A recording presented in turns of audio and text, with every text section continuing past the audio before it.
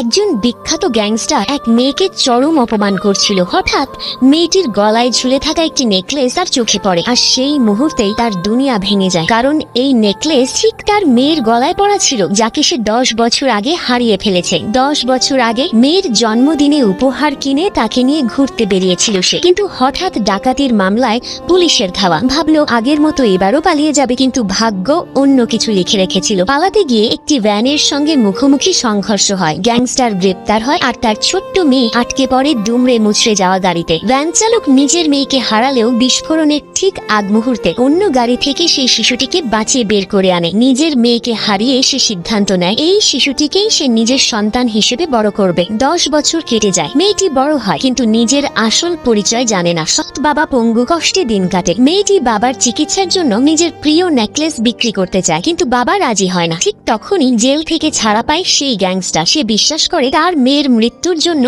Van চালকই দায়ী। প্রতিশোধ নেওয়ার শপথ নেয়। একদিন মেয়ের জন্মদিনে কেক হাতে বাড়ি ফিরছিল বাবা। হঠাৎ সামনে এসে দাঁড়ায় গ্যাংস্টার। তুই আমার মেয়েকে মেরেছিস। মেয়েটি সামনে দাঁড়িয়ে চিৎকার করে, আমার বাবা খুনি না। কিন্তু গ্যাংস্টার শোনে না। মারধর, হুমকি, অপমান সবকিছু শুরু হয়ে যায়। ঠিক তখনই মেয়েটির গলার সেই নেকলেসটি চোখে পড়ে। তার এই নেকলেস এই তো সে নিজেই উপহার দিয়েছিল। যে মেয়েটাকে সে অপমান করছিল সেই তার নিজের রক্তের সন্তান। গ্যাংস্টার ভেঙে পড়ে, কিন্তু সত্য বললে মেয়েটি জানতে পারবে তার আসল বাবা একজন খুনি। গ্যাংস্টার চুপচাপ সরে যায়। মেয়েটি জানেই না সে কাকে হারাতে বসেছিল। অন্যদিকে বাবা আবার কাজে বের হয়। শেষ একটা ডেলিভারি। মেয়েকে বলে ফিরে এসে তোকে ভালো খাবার খাওয়াবো, কিন্তু ফোন আর ধরে না। খবর আসে এক ভয়ঙ্কর গ্যাংস্টার আটকে রেখেছে। তারপরে তাকে রাতেই গাড়ি দিয়ে বাড়ির সামনে ফেলে দিয়ে যায়। এখন প্রশ্ন হলো, মেয়েটি কি কখনো জানতে পারবে নিজের আসল পরিচয়? সৎ বাবা কি আর ফিরবে? আর গ্যাংস্টার সে কি সত্য লুকিয়ে মেয়েকে রক্ষা করবে, নাকি সবকিছু ধ্বংস হয়ে যাবে? পরের পর্বে সব প্রকাশ পাবে।